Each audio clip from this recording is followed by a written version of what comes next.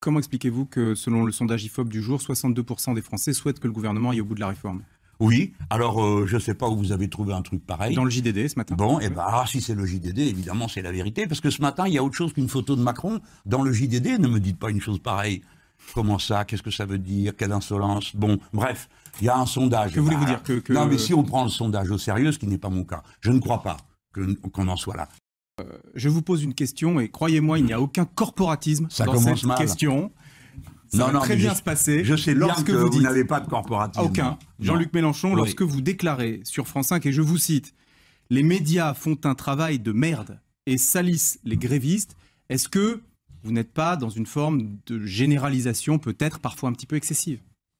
Alors, parfois, peut-être un petit peu excessive. Il ne reste plus grand-chose à la fin de votre phrase. Est-ce que vous ne faites pas une généralisation excessive? Ça vous va comme ça? Pas du tout. J'invite tous ceux qui m'écoutent à regarder ce qui passe à la télévision du matin au soir dans le début de chaque grève, et ils auront la démonstration. Alors, peut-être que l'intellectuel que je suis ne devrait pas dire des gros un mots. Travail de merde, Oui. on devrait dire Essayons des paroles plus... Oui. Vous faites un travail défécatoire, ou bien vous faites un travail excrémentiel, je ne sais pas, quelque chose de plus distingué. Mais écoutez, quand je me suis exprimé de cette manière, vous savez très bien ce que j'étais en train de dire. C'est que sur toutes les chaînes, on nous a joué le numéro de les usagers pris en otage, les grévistes, blablabla. Bon, bref. Mais ne devriez-vous pas vous concentrer sur... Dit ce qui est. Mais je vais vous dire une chose, monsieur Doucan, à quoi vous devriez faire attention. Ne le prenez pas pour une menace. Vous allez voir, ça va très bien se passer, il n'y a aucun corporatisme de ma part.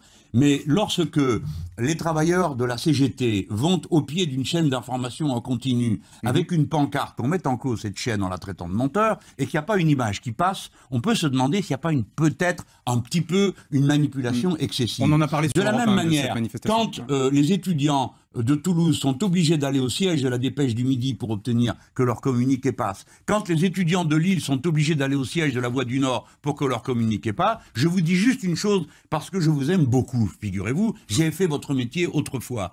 Vous avez pris une pente sur laquelle la détestation populaire est parvenue à un point que vous devriez vous aussi faire un peu baisser une certaine forme de, comment dire, de ce qui est perçu comme de l'arrogance. Voilà, je vous le dis en toute amitié, bien sûr, et sans corporatisme. C'est amical.